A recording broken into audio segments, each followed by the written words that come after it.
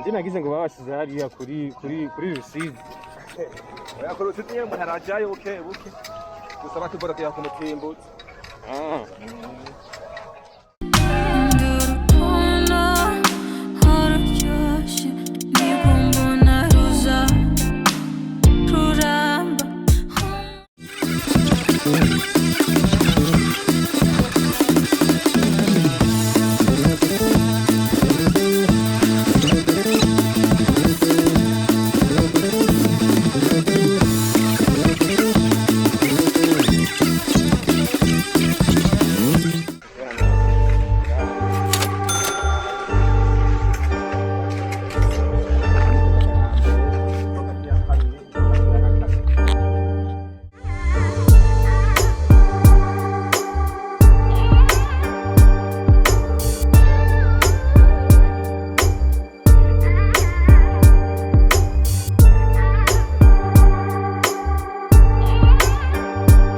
So here we are with house number 2.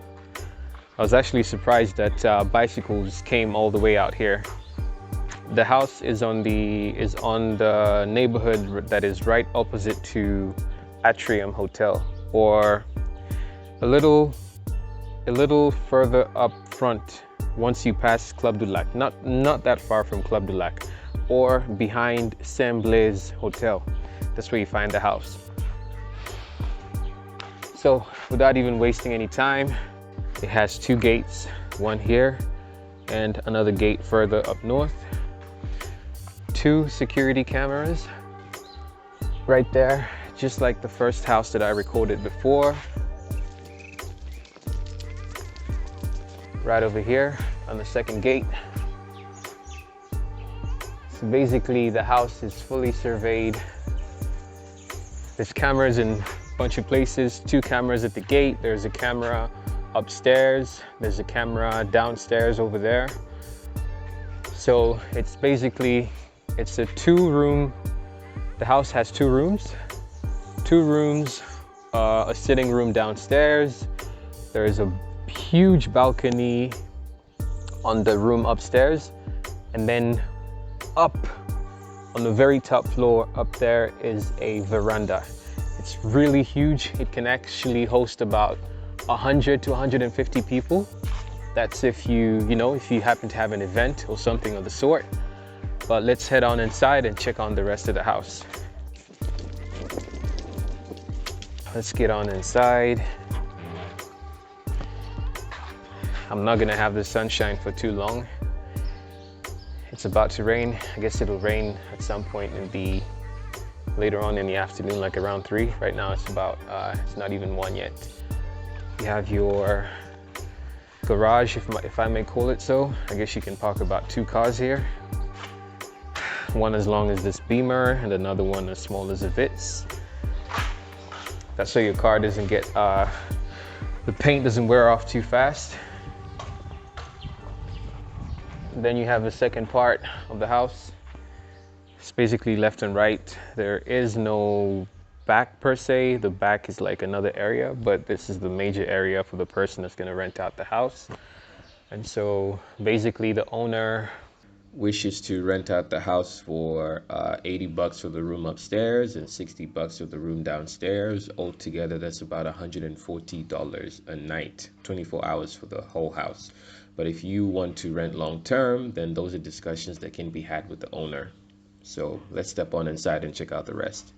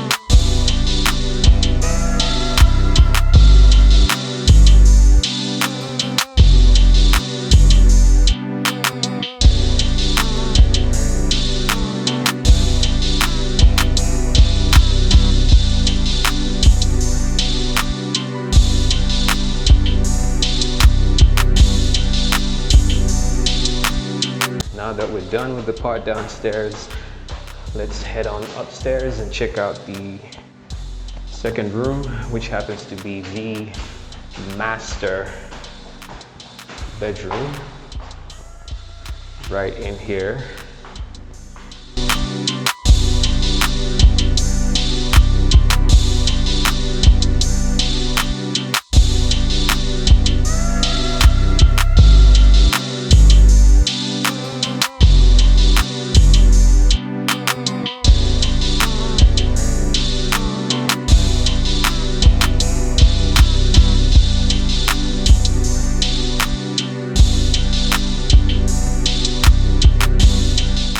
Now for the bathroom, you have two separate doors, two separate entries into once you get into the bathroom area.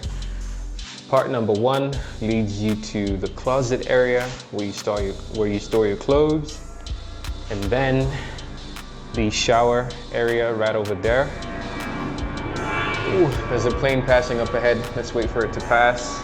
And then you have the bathroom right over here.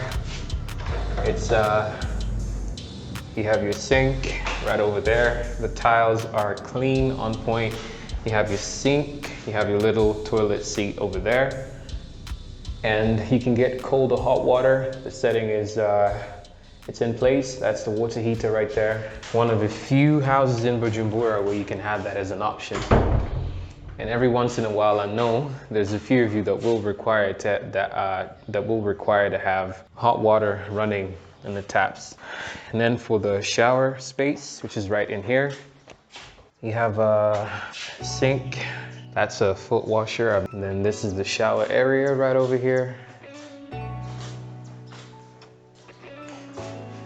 This is the spot where you take a shower and everything, right in there. Curtains to close up the space. But that's it. Let's view it from multiple angles. And then once you leave the room, you have a balcony upstairs that has an ample amount of space, a huge area, a place where you can chill, sit down. Friends and family, when they come to visit over, it's huge space. And that pretty much makes up the whole house. 2 rooms, a sitting room, both rooms are self-contained.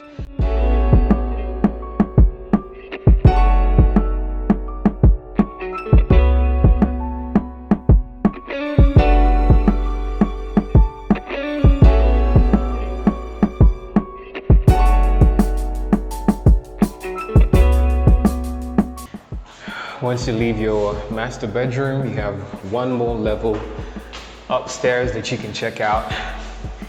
Now this is my favorite part of the house because this is the part that I think is going to draw in most of the people that are going to that come to Bujumbura for the holidays. So you have an area up here where you could possibly gather somewhere between 100 and 200 people. You've got an area where you can chill. It's really big, and this is the view that you get when you're up here. Look at that.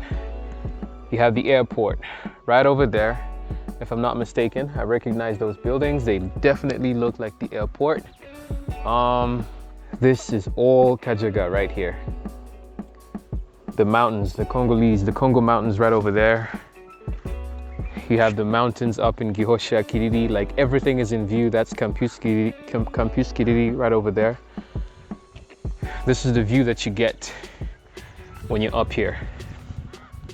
And then you got Lake Tanganyika right up ahead, right over there. This is my favorite part about this house, because if you were to rent it out right now, this space, the entirety of this space is open up to you for events, hangouts, and everything of the sort.